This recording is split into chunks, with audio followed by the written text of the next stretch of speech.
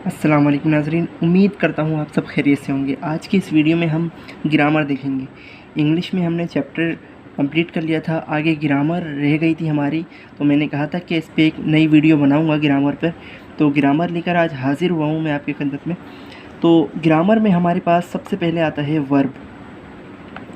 अब वर्ब है क्या चीज़, इसको समझते हैं कि वर्ब किसे कहते हैं।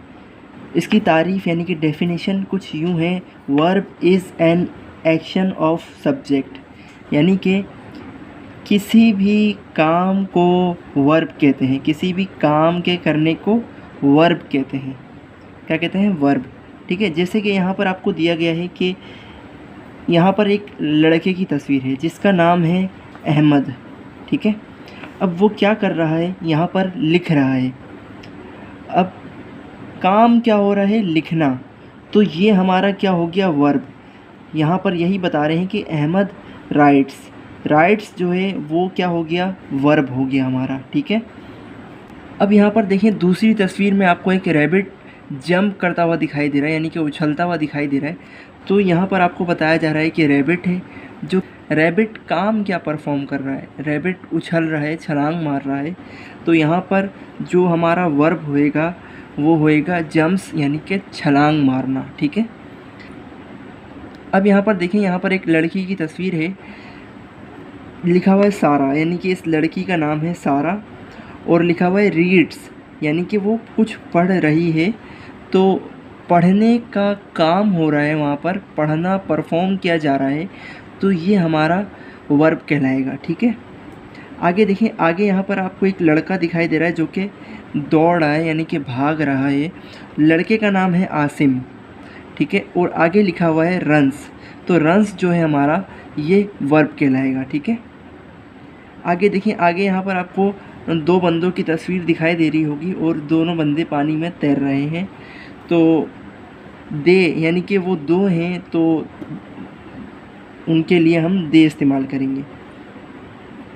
और काम क्या परफॉर्म कर रहे हैं? वो क्या कर रहे हैं? स्विम, यानी कि तैर रहे हैं। तो स्विम हमारा वर्ब कहलाएगा। दोबारा सुन लीजिए कि कोई भी काम, किसी भी काम के करने को वर्ब कहते हैं। मिसाल के तौर पर मैं पढ़ा रहा हूँ, तो यानी कि लर्निंग, पढ़ाना, ये वर्ब कहलाएगा। ठीक है, वीडियो बन रही है तो वीडियो बनना ये वर्ब कहलाएगा। ठीक है, आप यानी कि देख रहे हैं इस वीडियो को, तो आपका देखना वर्ब कहलाएगा। ठीक है, पहले पेज पर अगर आप आएँ तो यहाँ पर आपको पॉइंट नंबर डी दिया गया है, लिखा हुआ है कि write down the opposites of the following, यानी कि नीचे जो ये आपको दिए गए हैं वर्ड्स, इसके ऑपोजिट लिखने हैं। ऑपोजिट से मुराद, यानी कि अगर मैं कहूँ कि खोलो, तो इसका मुकाबिल क्या होगा? बंद करो। अगर मैं आपको कहूँ कि अंदर आ जाओ, तो इसका ऑपोजिट क्या होगा? बाहर चले जाओ। ठीक है, तो इसी तरीके से यहाँ पर आपको कुछ वर्ड्स दिए गए हैं जिसके आपको ऑपोजिट बनाने हैं। यहाँ पर लिखा हुआ है क्लोज़ का मतलब होता है बंद करना। ठीक है, अगर मैं यहाँ पर ओपन लिखूँ, OPEN, यानी कि अगर दुकान है वो क्लोज़ हुई है, इसका ऑपोजिट क्या होगा? ओपन, यानी कि खुली हुई है। ठीक है, ट्रुथ का मतलब होता है सच। ठीक है, और लाई, LIE, लाई का मतलब होता है झूठ। ठीक है, आगे देखिए लिखा हुआ है यंग का मतलब होता है जवान, और ओल्ड का मतलब होता है बूढ़ा। ठीक है, रिटन, यानी कि लिखना। अब इसका ऑपोजिट क्या होगा? पढ़ना, तो READ, रीड। ठीक है, अब देखें लिखा हुआ है डे, यानी कि दिन, इसका ऑपोजिट नाइट, यानी कि रात। ठीक है, तो यहाँ पर हमने वर्ड्स ऑपोजिट कंप्लीट कर लिए हैं। अब यहाँ पर देखें आप कि पॉइंट नंबर ई दिया गया है कि if singular is given right Plurals, and if Plurals is given right singular, यानी कि बताया ये जा रहा है आपको यहाँ पर सिंगुलर और प्लूरल के 2 कॉलम दिख रहे हैं। अब ये कह रहे हैं कि अगर आपको यहाँ पर सिंगुलर दिखाई दे तो इसके बराबर में उसका प्लूरल लिखो, और अगर प्लूरल दिखाई दे तो उसके बराबर में उसका सिंगुलर लिखो। ठीक है। अच्छा, यहाँ पर देखें, यहाँ पर आपको एक रिमेंबर के नाम से एक छोटी सी शीट दिखाई दे रही है जिसके अंदर लिखा हुआ है plurals of words ending with SS, SH, CH are made by adding ES। इसका मतलब ये है कि आपको यहाँ पर जो सिंगुलर वर्ड दिख रहे हैं आप उसके एंड को देखेंगे। अगर एंड में आपको SS दिखाई दे या फिर SH दिखाई दे या फिर CH दिखाई दे तो आप उसका प्लूरल जब बनाएंगे तो उसके बाद आप ES का इजाफ़ा करेंगे। प्लूरल्स आम तौर से अगर हम बनाते हैं तो मिसाल के तौर पे यहाँ पर लिखा हुआ है कि बुक, सही है। बुक का ये है सिंगुलर, बुक का प्लूरल्स बनाएंगे तो हम क्या लिखेंगे, बुक्स, S लगा देंगे, S का इजाफ़ा कर देंगे तो ये प्लूरल फॉर्म बन गए, यानी कि एक से ज़्यादा बुक्स। ठीक है। बुक अगर मैं लिखता हूँ तो सिर्फ एक बुक मुराद है, और अगर मैं बुक्स लिखूँ तो एक से ज़्यादा बुक मुराद है। ठीक है। इसी तरीके से यहाँ पर बस ये चेंजेस है कि अगर आपको एंड में SS, SH और CH दिखाई दे तो आपको सिर्फ S नहीं लगाना है प्लूरल्स बनाते हुए, ES लगाना है। कैसे, यहाँ पर देखें, यहाँ पर लिखा हुआ है ग्लास, GLASS। अब यहाँ पर देखें आखिरी में SS आ रहा है, तो SS अगर आए तो हमें ES का इजाफ़ा करना है, तो ये आपका प्लूरल्स सही बन जाएगा। ठीक है। अब यहाँ पर देखें टॉर्च लिखा हुआ है, टॉर्च के आखिर में अगर आप देखें तो यहाँ पर CH दिया हुआ है। यहाँ पर रिमेंबर में हमें क्या बताया जा रहा था कि CH और SH और SS अगर आए तो आपको एंड में ES ऐड करना है। तो टॉर्च का प्लूरल्स क्या बनेगा, TORCHES, टॉर्चेस। ठीक है। अब यहाँ पर देखें फ़िश लिखा हुआ है, फ़िश के आखिर में अगर आप देखें तो SH आ रहा है, और यहाँ पर बताया गया था कि SH अगर आए तो हम क्या करेंगे, ES लगाएंगे एंड में प्लूरल्स बनाते हुए। ठीक है, फिशेस।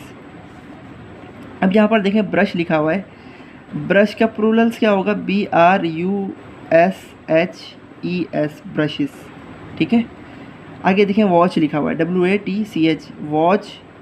अब यहाँ पर भी ES आएगा क्योंकि CH एंड में लिखा हुआ है, तो WACHES, वॉचेस। ठीक है। यहाँ पर देखें एग्जाम्पल के तौर पर दिया हुआ है कि बस लिखा हुआ है तो बसेस, बेंच लिखा हुआ है तो बेंचेस। ठीक है। अब देखें यहाँ पर पॉइंट नंबर F है, वर्ड्स टू लर्न। क्या दिया हुआ है यहाँ पर, प्रोनाउन। प्रोनाउन किसको कहते हैं पहले ये समझ लेते हैं। मिसाल के तौर पे आपका नाम अहमद है और आप मेरे घर पे आते हैं। ठीक है। अब मैं किसी को बता रहा हूँ कि अहमद आया, फिर आपने खाना खाया, फिर मैं अगर उसको बोलूँ अहमद ने खाना खाया, फिर आपने यानी कि ऑरेंज जूस पिया, फिर अगर मैं उसको बताऊं कि अहमद ने ऑरेंज जूस पिया, फिर आपने यानी कि चाय का कप पिया मेरे साथ। ठीक है। फिर मैं उसको बताऊं कि अहमद ने मेरे साथ चाय का कप पिया, तो ये जो बार बार मैं अहमद अहमद अहमद पुकार रहा हूँ, बोल रहा हूँ उसको बताने के दौरान, तो ये एक जुमले का हुस्न यानी कि ख़राब हो रहा है। तो अगर मैं उसके बजाय ये बोलूँ उसको कि अहमद आया, उसने खाना खाया, उसने ऑरेंज जूस पिया, उसने चाय पी मेरे साथ। अब ये जो उसका वर्ड आ रहा है ना, उसका वर्ड, यानी कि अहमद के बजाय उसका वर्ड मैं इस्तेमाल कर रहा हूँ। ठीक है। तो ये आपका प्रोनाउन है, ये यानी कि प्रोनाउन कहलाता है। अब इसकी डेफिनेशन भी देख लेते हैं। A word which we use at the place of noun is called pronoun, यानी कि ऐसा वर्ड, ऐसा लफ्ज़ जो कि नाउन की जगह पर इस्तेमाल हो वो प्रोनाउन कहलाता है। अब जैसे कि मैंने आपको अभी थोड़ी देर पहले एग्जाम्पल के तौर पर समझाया कि अहमद आया, अहमद ने खाना खाया। अब अहमद क्या है, एक नाउन है, लेकिन अगर मैं ये कहूँ कि अहमद आया, एक बार मैंने कह दिया अहमद, उसने खाना खाया, अभी जो उस आया है अहमद की जगह पे आया है ना, नाउन की जगह पे आया है, तो ये आपका प्रोनाउन कहलाएगा। ठीक है। जैसे कि मिसाल के तौर पे यहाँ पर आपको एग्जांपल दी गई है कि अहमद इज़ प्लेइंग, यानी कि अहमद खेल रहा है। अगर मैं कहूँ कि ही इज़ प्लेइंग, यानी कि वो खेल रहा है, तो ये भी आपका यहाँ पर जो ही है, ही आपका बनेगा प्रोनाउन, क्योंकि ये जो है अहमद के नाउन की जगह पर आया है। ठीक है, इसी तरीके से यहाँ पर देखें बॉयज़ आर जंपिंग, यानी कि बॉयज़ आपके पास क्या है, नाउन है। अगर मैं कहूँ कि दे आर जंपिंग यानी कि वो छलांग मार रहे हैं, तो ये भी जुमला ठीक होएगा, लेकिन जो दे है वो नाउन की जगह पर आया है और इस वजह से वो प्रोनाउन कहलाएगा हमारा। ठीक है, तो नाजरीन इस वीडियो में इतना ही, मिलते हैं नेक्स्ट वीडियो में। अपना बहुत सारा ख्याल रखें। अल्लाह हाफ़िज़।